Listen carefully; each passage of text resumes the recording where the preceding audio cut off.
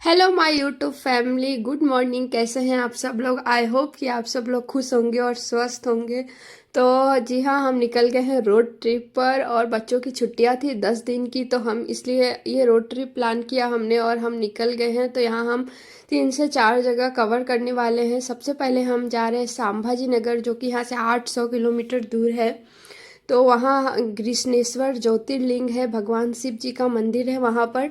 तो सबसे पहले हम वहाँ जाएंगे और वहाँ दर्शन करेंगे। फिर जाएंगे एलोरा कैव्स, एलोरा की गुफाएं। जी हाँ, जो कि कहा जाता है कि जैसे एलियन ने बनाया है ऐसा लगता है। 20 रुपए के नोट पर वो छपा हुआ है। वहाँ की गुफा छपी हुई है, आप देख सकते हो। मैं आपको वो सब सारी चीज़ें दिखाऊंगी। फिर हम जाएंगे बेबी का मकबरा, साथ ही फिर हम जाएंगे सेगांव। तो सारी जगहों में आपको, आप मेरे साथ चलें और हमारे साथ एंजॉय करें। तो ये आ गया है समृद्धि हाईवे। तो समृद्धि हाईवे बनने के बाद सारी जगह इतनी पास लगने लगी है। काफ़ी अच्छा ये हाईवे है। यहाँ टू व्हीलर अलाउड नहीं है। प्लस आप देख सकते हो कि यहाँ पर दुकान वगैरह कुछ भी नहीं है। और यहाँ 3 लेन बनी हुई है, तो बीच का जो लेन रहता है, और आप देख सकते हो कि गाड़ियाँ कितनी ज़्यादा स्पीड में चलती है। इसलिए भी जगह काफ़ी अच्छा, मतलब डिस्टेंस भी हम जल्दी कवर कर लेते हैं इस हाईवे की वजह से। तो थैंक यू गडकरी जी, ये इतनी अच्छी हाईवे बनवाने के लिए। तो ये 3 लेन है, आप देखो आगे। तो जो फर्स्ट बीच का है उसमें 80 के स्पीड से चलने वाली गाड़ियाँ चलती है। राइट हैंड साइड में 80 से ज़्यादा की स्पीड पे गाड़ियाँ चलती है, जो वो रहते हैं। और जो लेफ्ट हैंड साइड है उसमें जो 80 से कम स्पीड की गाड़ियाँ है वो चलती है। ऐसा रूल है इस हाईवे पर, और इसी रूल के हिसाब से सारी गाड़ियाँ यहाँ रन करती है। आप देख सकते हो कि उस लेन में ट्रक वगैरह चल रहा है जो कि 80 से नीचे भी चलती है, और बीच में कुछ गाड़ियाँ चल रही है जो 80 की स्पीड से चल रही है, और साइड में जो हमारी चल रही है वो 80 से ऊपर चल रही है। तो हम संभाजी नगर पहुँच गए करीबन रात के, शाम के 7:30-8 बजे तक संभाजी नगर पहुँच गए हम। और आधे घंटे तक हमने, मेरे हस्बैंड ने और हमारे साथ जो धीरज आया है उस उन्होंने सबसे पहले होटल्स देखे। तो काफ़ी सारे हमने होटल में गए और फिर हमने ये होटल सेलेक्ट किया। ये काफ़ी अच्छा है, नया ही बना है। आप देख सकते हो दीवालों पे हाथों की छाप लगी हुई है। तो हम यहाँ आए, अपना लगेज वगैरह रखा हमने और फिर फ्रेश होकर खाना खाने के लिए निकल गए। तो खाना खाने के लिए हम हाईवे पे वापस गए। वहाँ काफ़ी अच्छी होटल्स थी, तो हम वहाँ जाकर फिर हमने खाना खाने के लिए गए। और एक चीज़ मैं बोलना चाहूँगी, संभाजी नगर में गंदगी काफ़ी दिखी। रोड पे काफ़ी सारी गंदगी थी। जैसा लग रहा था जैसे कि यहाँ झाड़ू ही नहीं मारा गया है काफ़ी सालों से। तो साफ़ सफाई के मामले में संभाजी नगर अच्छा नहीं है जितना मैंने रियलाइज़ किया, क्योंकि उतनी गंदगी तो रहती नहीं है कहीं भी, क्योंकि नगर निगम वाले झाड़ू मारने वाले तो रखते ही हैं। लेकिन वहाँ काफ़ी रोड पर भी हम चल रहे थे तो बहुत गंदगी थी। तो हम होटल वापस आए और रात को आराम किया। और यह है दूसरे दिन की सुबह। तो हम अब निकल गए हैं मंदिर के लिए। तो हमने होटल मंदिर के पास में ही लिया था ताकि हम वहाँ मंदिर पैदल चलकर जा सकें। तो हमें करीबन 10 मिनट लगे और हम मंदिर पहुँच गए।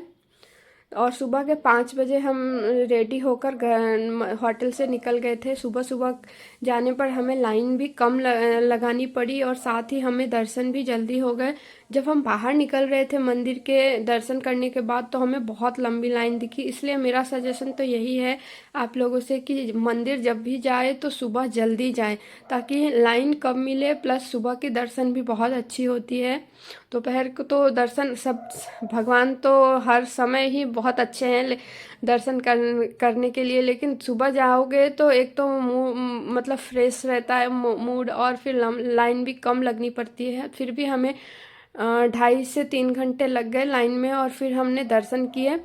और ये देख सकते हो बाहर से मैं आपको भगवान जी का दर्शन कर लीजिए आप लोग, क्योंकि अंदर कैमरा अलाउड नहीं था इसलिए मैं कैमरा से शूट नहीं कर पाई। लेकिन बाहर से भी आप लोग दर्शन कर लीजिए।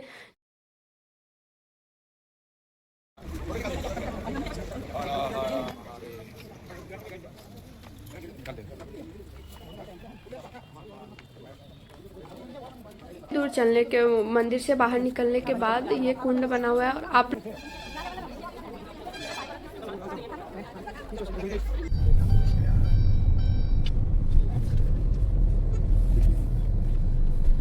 अरे गूगल मैप कनेक्ट करो।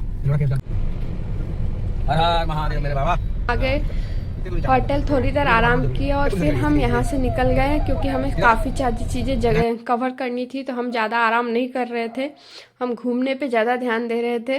तो हम एलोरा केव्स के लिए निकल गए। एलोरा केव्स पहुँचने के बाद हम सबसे पहले गाड़ी पार्किंग में लगाया हमने, और वहाँ से फिर हम एलोरा केव्स के लिए पैदल चल के गए। करीबन 2 पार्किंग के जगह से बस 2 से 3 मिनट के रास्ते पर आगे जाकर ही हमें एलोरा केव्स में अंदर जाने के लिए एंट्री टिकट लेनी पड़ी। फिर एंट्री टिकट लेने के बाद हमने टिकट काउंटर पे टिकट दिया, और उन्होंने हमें एक और पर्ची फाड़ के दी टिकट की आधी, कि जब हम बाहर निकलेंगे तो हमें वापस उनको देना है, और फिर हमें वो देकर वापस बाहर निकलना है।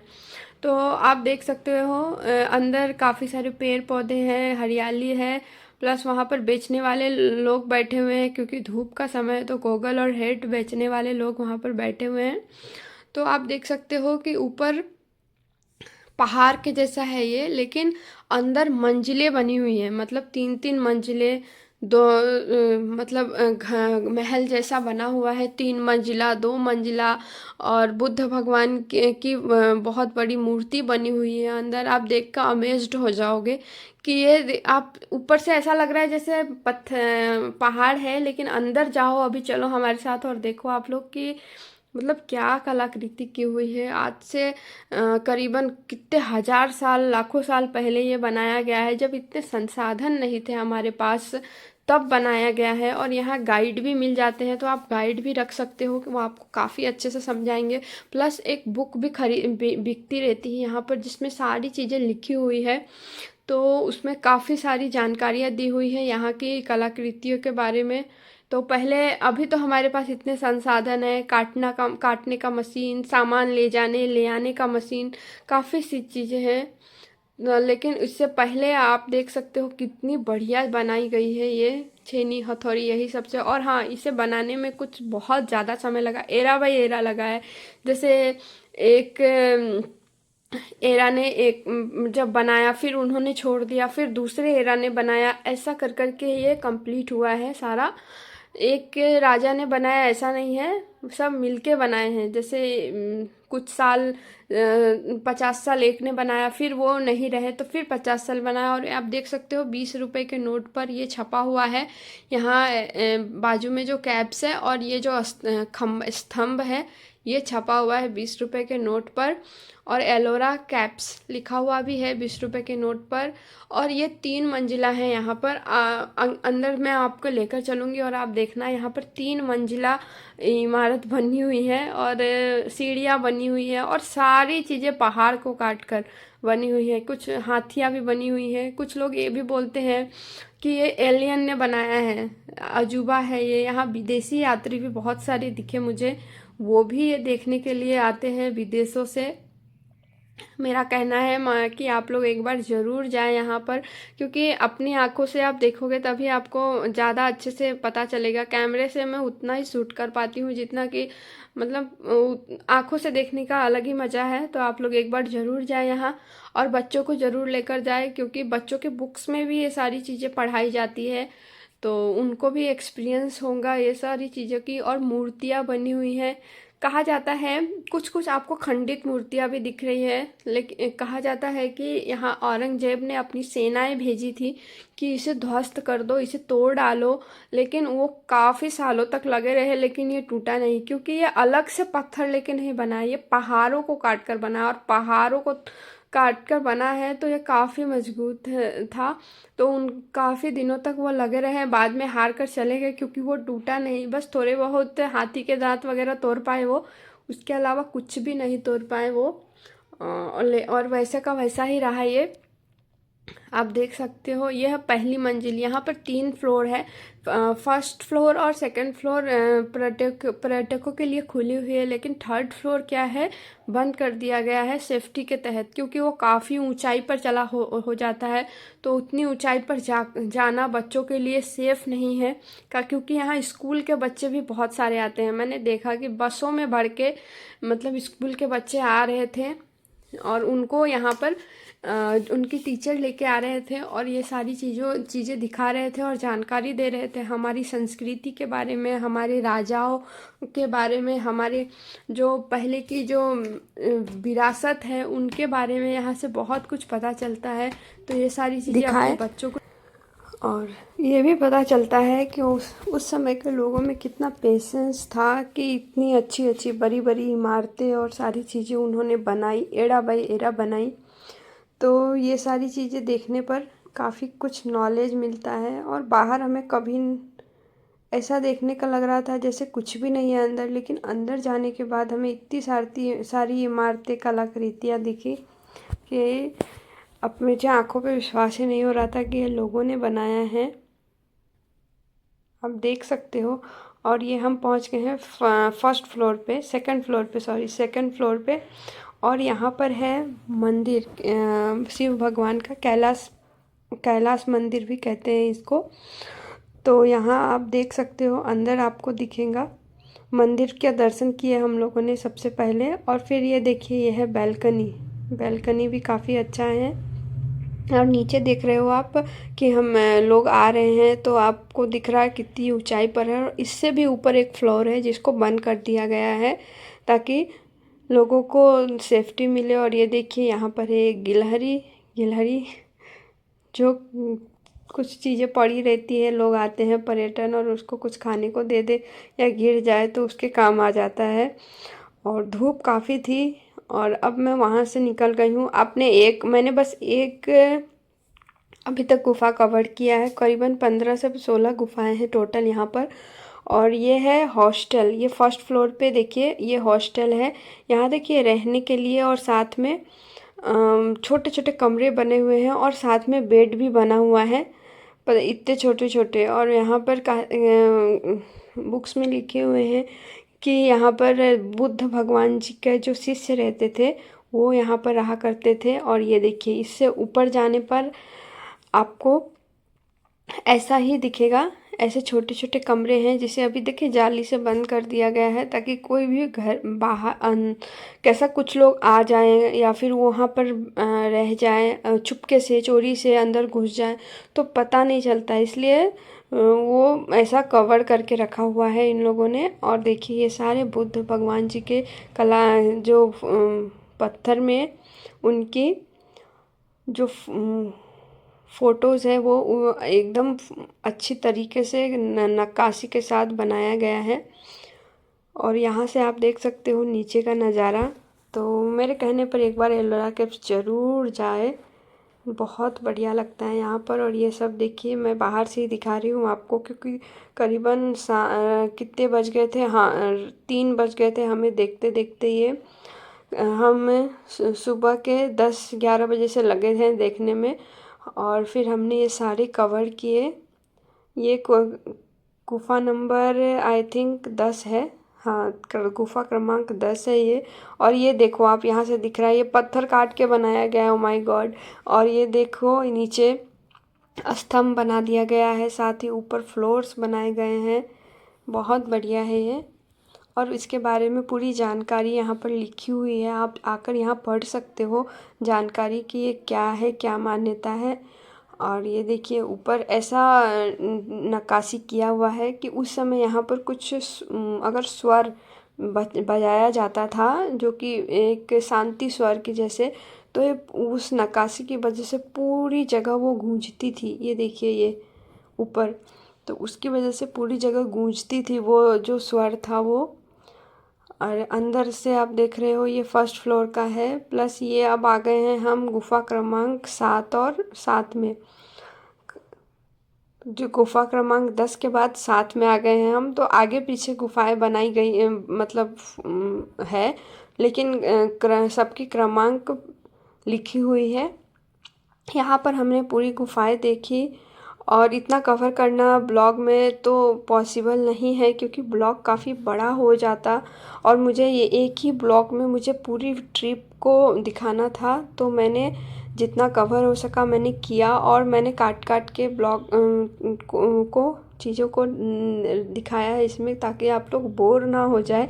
बस गुफाएं दिखाई जा रही हूँ, गुफाएं जा रही हूँ, ऐसा आपको ना लगे, इसलिए। तो अब हम यहाँ से निकल जाएंगे अपनी दूसरी डेस्टिनेशन के लिए। तो जी हाँ, दूसरी डेस्टिनेशन हमारी होने वाली है बीवी का मकबरा। बीवी का मकबरा, सबसे पहले तो हम होटल जाएंगे, वहाँ से अपना लगेज लेंगे और लगेज लेने के बाद हम बीवी का मकबरा देखने के लिए जाएंगे। तो जी हाँ, वो औरंगजेब ने बनाया था वो। बस आप कह सकते हो कि ताजमहल का फर्स्ट कॉपी है वो।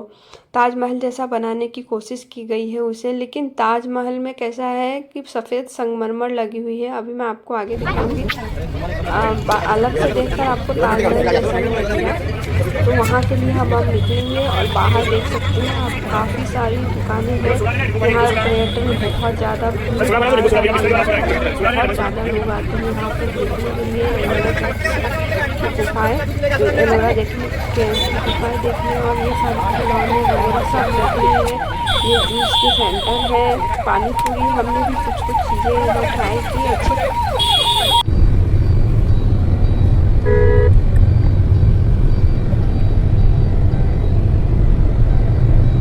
और अब हम निकल गए अपनी तीसरी डेस्टिनेशन के लिए, बीबी का मकबरा देखने के लिए। वो भी काफ़ी फेमस है, औरंगजेब ने उसे बनाया है। अब कह सकते हो कि ताज को महल की फ़र्स्ट कॉपी है, उसके जैसे ही बनाने की कोशिश की गई है पूरी तरह से, और उससे कितना वो अलग है। अभी चलिए आप मेरे साथ और देखिएगा। ये एलोरा कैंप से करीबन 200 किलोमीटर, मतलब संभाजी नगर से 200 किलोमीटर की दूरी पर है। आप बाहर देख सकते हो, बड़ा सा गेट के जैसा बनाया गया है, ताकि बाहर से ये ना दिखे, अंदर आने पर दिखे महल, ये बीवी का मकबरा। तो ये ताजमहल जैसा ही लगता है, आपको दूर से देखकर भी लग ही रहा होगा जैसे ताजमहल ही है, लेकिन इसमें कुछ फ़र्क है। जैसे कि ताजमहल में संगमरमर का इस्तेमाल किया गया है, लेकिन इसमें संगमरमर का नहीं, चूना पत्थर का इस्तेमाल है। पत्थर भी नहीं, और जैसे कि चूना मारा गया है। आप सामने से देखोगे कि चूना पत्थर लगाया गया है इसमें।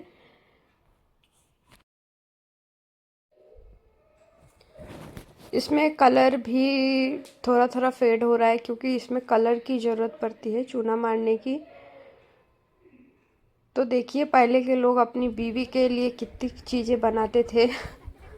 आप लोग ज़रूर बताइएगा कि आप लोग क्या चाहते हो आपके लिए बने, क्योंकि पहले के लोग काफ़ी शायद प्यार करते थे अपनी वाइफ को, और इतना अच्छा उनकी याद में बनाते थे मकबरा। तो यहाँ पर देखिए, ये पूरा लिखा गया है मकबरा कब बना, किसने बनाया और किस तरीके से बना, सारी चीज़ें जानकारियाँ दी गई है उसमें।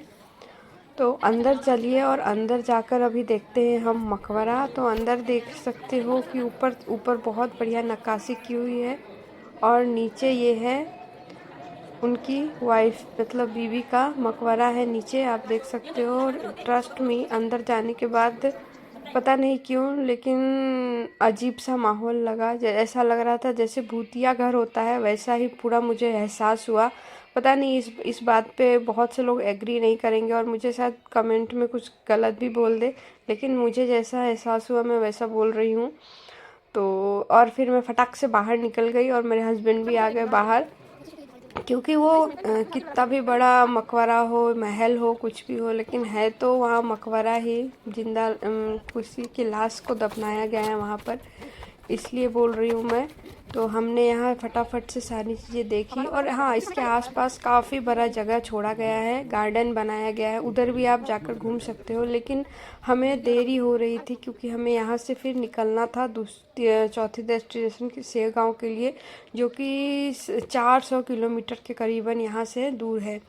तो इसलिए हमने यहाँ से जल्दी जल्दी देखा, और पूरा वीडियो में मतलब डाल भी नहीं रही हूँ इसके साथ, क्योंकि आप लोगों को बोर ना हो। तो उसके बाद हम निकल चुके हैं सेगांव के लिए और वहाँ पहुंचकर सीधा हम रात को डिनर किए और सो गए। और यह सुबह की क्लिप तो देख सकते हो, मैंने नहा लिया है और अच्छे से फ्रेश हो गई हूँ मैं।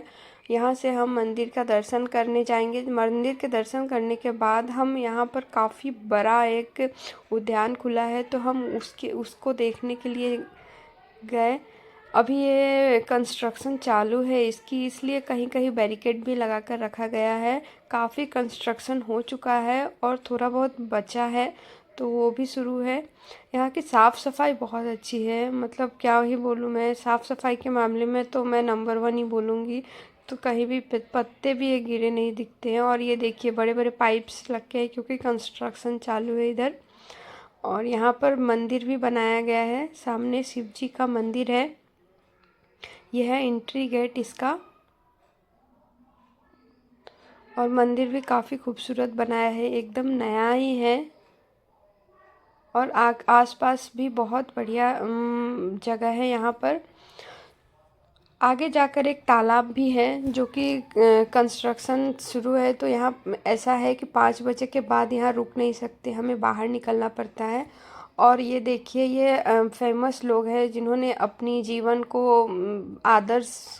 आदर्शों पर जिया है और उन्होंने कुछ सीख देकर हमें गए हैं, तो उनकी सीख यहाँ पर लिखी हुई है। ऊपर उनकी मूर्ति है और उनका नाम और वो कहाँ के हैं, वो संत, वो भी लिखा हुआ है। तो यहाँ मीराबाई, ये श्याम जी, बुद्ध भगवान, मतलब सब जो भी फेमस है और जो कि अपने जीवन में कुछ अच्छा कर कर गए हैं, कुछ सीख देकर गए हैं हमें, उसके बारे में बताया गया है और उनके चरणों पे चलने की हमें बताई गई है। तो अब हम यहाँ से निकल रहे हैं क्योंकि बच्चों की स्कूल खुलने वाली है, तो हम एक दिन पहले निकले। एक दिन बच्चे आराम करेंगे और दूसरे दिन वो स्कूल के लिए रेडी हो पाएंगे। तो मेरा आप लोगों से यही कहना है कि आप लोगों को जितनी भी छुट्टियां मिले आप बाहर ज़रूर निकल जाए। आप माने या ना माने, लेकिन बाहर जब हम घूमने जाते हैं तो हमारे अंदर की कुछ शायद कुछ कमियां हैं वो भी हमें पता चलता है, और कुछ खासियत है वो भी पता चलता है। पता नहीं क्यों मुझे ऐसा एहसास हुआ, और आप लोग हमारी फैमिली की तरह हो मेरी, तो इसलिए मैं आपको ये बता रही हूँ कि आप बाहर ज़रूर जाकर थोड़ी दिन घूमें, 1 दिन 2 दिन जितना भी, आपको ज़रूर एहसास होगा इस बात का कि कुछ तो है आपके अंदर जो आप मिस कर रहे थे, और कुछ कमियां हैं हमारे अंदर वो भी हमें एहसास होता है, और कुछ खूबियां हैं वो भी एहसास होता है। तो हम यहाँ से आज निकल जाएंगे अपने घर के लिए। आप लोगों को ये कैसा लगा ब्लॉग ज़रूर मुझे बताएं। Thank you for watching. मैं मिलूँगी आपको अगले ब्लॉग में।